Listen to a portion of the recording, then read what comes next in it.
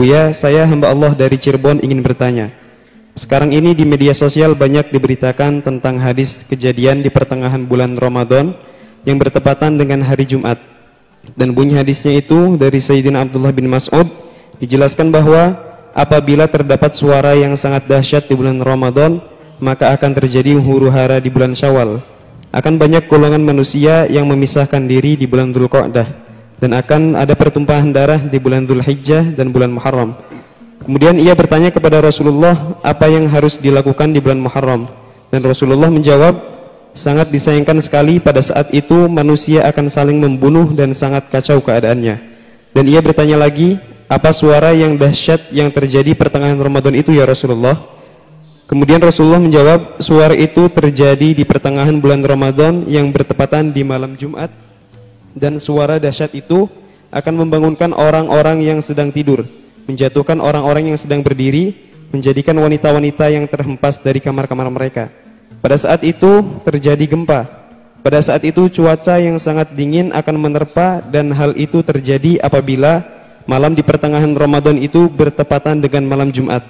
Apabila kalian melaksanakan sholat subuh di hari Jumat, pertengahan bulan Ramadan, maka masuklah kalian ke dalam rumah kalian, kuncilah pintu rumah kalian, serta tutuplah diri kalian dan selimutilah diri-diri kalian, serta tutup telinga kalian. Dan apabila terdengar suara dahsyat, maka bersujudlah kalian seraya berzikir dengan menyebutkan Subhanal Quddus, Subhanal Quddus. Dan begitulah isi hadis ini.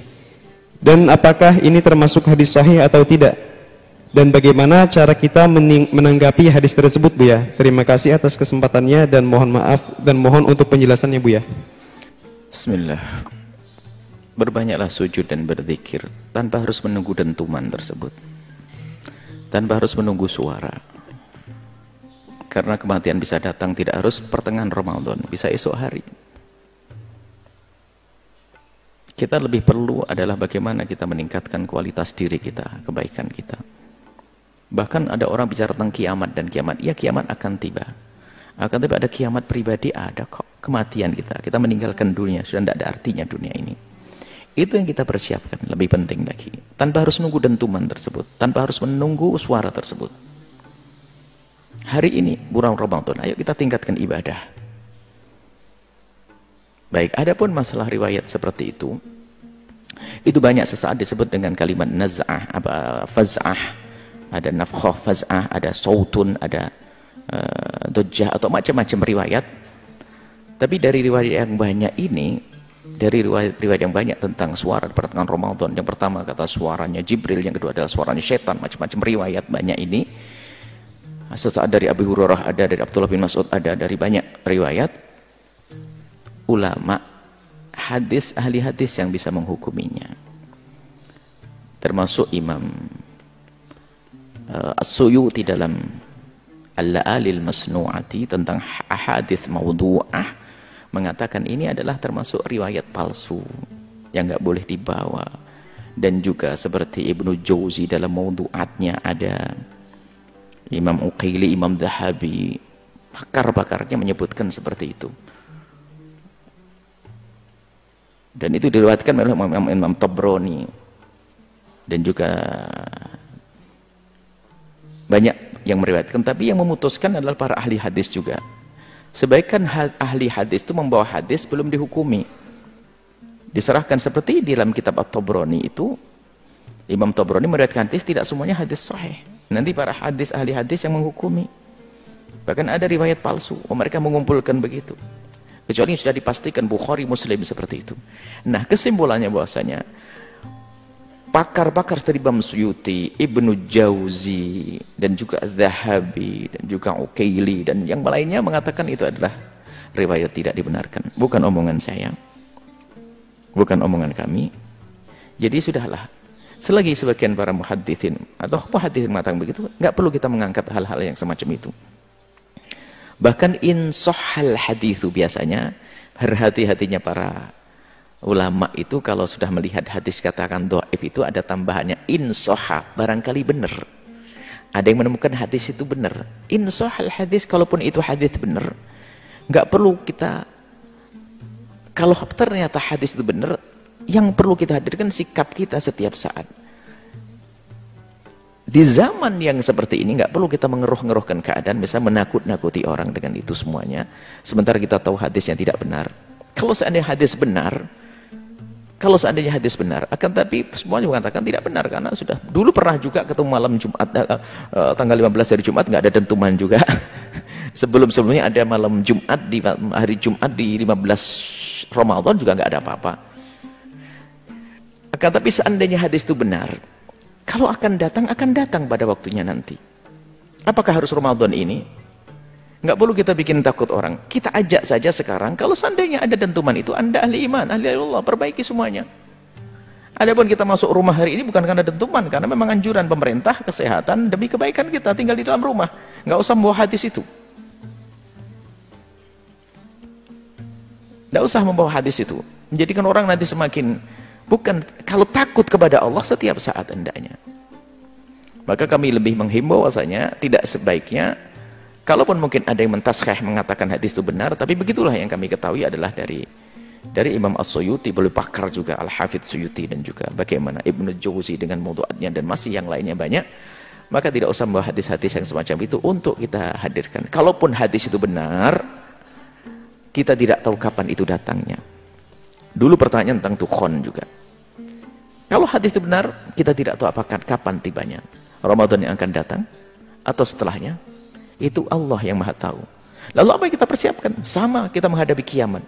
Dan bencana yang dijanjikan seandainya ada dalam hadis, kita tidak perlu membawa diri kita dalam kekhawatiran yang terus menerus yang tidak ada hentinya.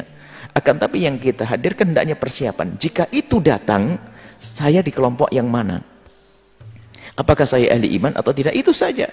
Jangan fokus kita kepada permasalahannya tersebut, tapi fokus kita pada diri kita. Hari kiamat akan datang kok.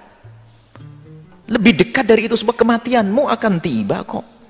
Bahkan sebelum ada dentuman yang disebutkan tadi atau suara itu, kita lebih baik mengarah kepada diri kita, membuat perbaikan diri kita. Tidak perlu tanpa harus membawa riwayat-riwayat yang sebagian para muhaddits mengatakan itu tidak benar, mungkar dan seterusnya begitu. Kalau ternyata nanti ada seorang muhaddits yang mengatakan hadis sahih, ketahuilah bahwa hendaknya kita tidak perlu membawa orang kepada ketakutan kepada permasalahannya itu, akan tapi lebih kepada persiapan jika seandainya semua itu terjadi, kita menjadi golongan apa? Golongan apa? Kita hari ini perlu ketenangan batin. Di saat keadaan virus wabah seperti ini, jangan sampai kita ditambah takut di atas takut ya. Kita ingin bahwasanya tawakal kepada Allah ada, ikhtiar ada. Kemudian jika ada berita-berita semacam itu, maka kita serahkan kepada Allah. Waktunya Allah yang maha tahu apakah Ramadan yang sekarang atau yang akan datang. Jika itu riwayat benar, belum tentu siapa yang mengatakan harus Ramadan ini. Nah, kita tidak pengen nanti kemudian apa, sudah orang meyakini Ramadan ini begitu, tatanya enggak, akhirnya mengatakan oh Nabi mendusta dan sebagainya. Bisa saja kalau memang betul itu hadis itu, bisa saja 100 tahun yang akan datang kok. Bukan setiap Jumat, malam Jumat tanggal 15 lalu ada dentuman. Sebelumnya sudah ada malam Jumat, nggak ada suara itu kok. Nggak ada seperti itu. Jadi lebih baik kita fokus kepada persiapan kita menghadapi sesuatu yang sangat besar, kematian kita, kiamat. Bukan hanya sekedar suara itu, bukan.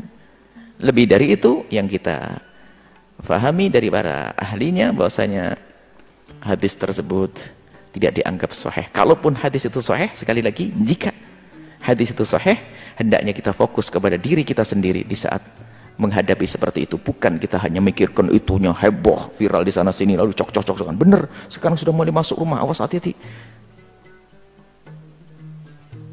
Akan tapi kita persiapkan diri kita kalau menghadapi yang demikian itu, kita dalam keadaan menjadi manusia pilihan Allah. Banyak hal orang fokus kepada sesuatu tersebut, tapi dirinya tidak mempersiapkan. Contoh Imam Mahdi, kiamat, orang sibuk kiamat datang gini.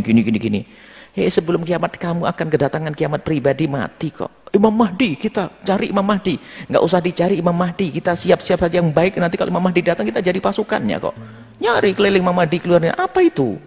Saya cari Imam Mahdi ke sekeliling dunia. Terus kalau ketemu kau jadi musuhnya. Kalau kita saat ini benar dan serius dengan kebaikan dengan Allah, di saat datang Imam Mahdi kita akan jadi pasukannya. Di saat mati kita husnul khotimah. Di saat kiamat kita akan menemukan kebaikan saat itu. Itu saja yang perlu kita persiapkan. Yang dimaksud oleh Nabi kita hendaknya takut dengan hari kiamat itu agar menghadirkan persiapan saat ini. Bukan hanya, oh kiamat menakutkan, kiamat menakutkan. Oh, itu bukan. Buahnya itu. Maka Nabi mengatakan, mengingat kematian itu apa sih? Bukan ingat kematian, ya Allah kematian, dimandikan, kematian, dimandikan. Bukan itu. Persiapan setelah di alam barzah. Setelah di alam barzah, setelah mati itu apa kita siapkan itu? Jangan salah, kematian, kematian, ingat kematian, mati dikubur, mati dikafani, itu yang diingat. Bukan itu. Apa yang kita siapkan setelah kematian. Seperti itu. Baik, ini saja yang bisa kami sampaikan, dan semoga hal-hal semacam ini bisa diredam deh. Bawa berita-berita keindahan, kegembiraan yang lainnya dengan riwayat-riwayat yang sudah jelas dari para ulama. Wallahu a'lam bishawab.